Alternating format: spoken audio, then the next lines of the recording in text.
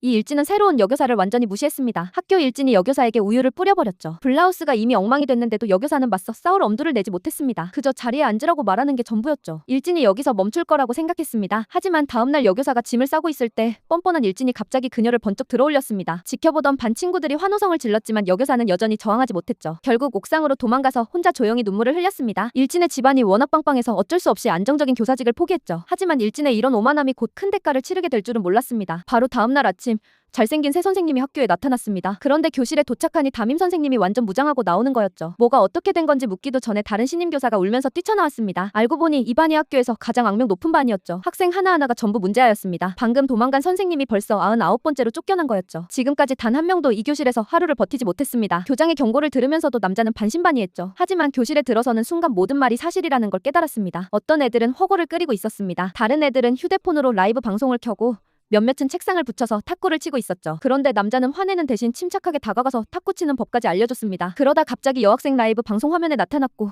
그 일진 여학생이 완전 빡쳐서 그 자리에서 욕을 퍼부었죠. 새 선생이 감히 자기들한테 이래라 저래라 하는 걸 보고 학교 일진이 탁구채를 집어들어 던졌습니다. 하지만 바로 다음 순간 진실이 밝혀졌죠. 이 남자의 정체는 사실 도시에서 가장 부유한 진씨 가문의 후계자였습니다. 가족 사업은 부하들에게 맡겨뒀죠. 돌아가신 어머니의 가장 큰 소원이 아들이 교사가 되는 거였기 때문입니다. 어머니의 마지막 소원을 이루기 위해 남자는 이 학교에 교사로 왔습니다. 하지만 첫날부터 큰 문제에 부딪혔죠. 학생들이 단 한 명도 수업을 듣지 않았습니다. 모두 각자 할 일만 하고 있었죠. 이걸 보고 남자는 결심했습니다. 이 문제 아들을 반드시 바꿔놓겠다고요. 바로 그때 학교 일진이 교단으로 걸어 올라왔습니다. 공부는 쓸모없다고 주장하면서 말이죠. 자기도 언젠가 진 회장님 같은 거물이 될 거라고 했습니다. 자기가 존경하는 사람이 바로 눈앞에 서 있다는 걸 전혀 모른 채 말이죠. 학생들을 설득하기 위해 남자는 대담한 제안을 했습니다. 일주일 안에 자기를 당황하게 만들면 짐 싸서 떠나겠다고요. 하지만 실패하면 말을 듣고 제대로 공부해야 한다고 했죠. 성가신 새 선생을 쫓아내고 싶었던 학생들은 즉시 내기를 받아들였습니다. 바로 다음날 교실 문 위에 밀가루 양동이를 설치했죠. 선생님이 들어올 때 뒤집어 씌우려고 말입니다. 계획이 성공한 줄 알았는데 남자는 침착하게 우산을 꺼냈습니다. 멀쩡했을 뿐만 아니라 앞줄 애들한테 역관광까지 시켰죠. 하지만 이건 첫 번째 함정일 뿐이었습니다. 남자가 책상에 앉자 학생들이 잡을 수 있는 모든 걸 던지기 시작했죠. 놀랍게도 남자는 모든 걸 막아냈습니다. 손을 가볍게 휘두르자 날아오던 펜과 지우개가 전부 튕겨나갔죠. 그래도 마지막 카드가 남아있었습니다. 의자에 순간 접착제를 발라놨던 거죠. 일진이 자신만만하게 다가가서 선생이 망신당하는 걸 구경하려 했습니다. 하지만 놀랍게도 남자는 계속 반쯤 쪼그리고 있었죠. 애초에 앉지 않았던 겁니다. 판타지 같은 이야기들. 우리 교단에도 뛰는 녀석 위에 나는 선생님이 있었으면 좋겠네요.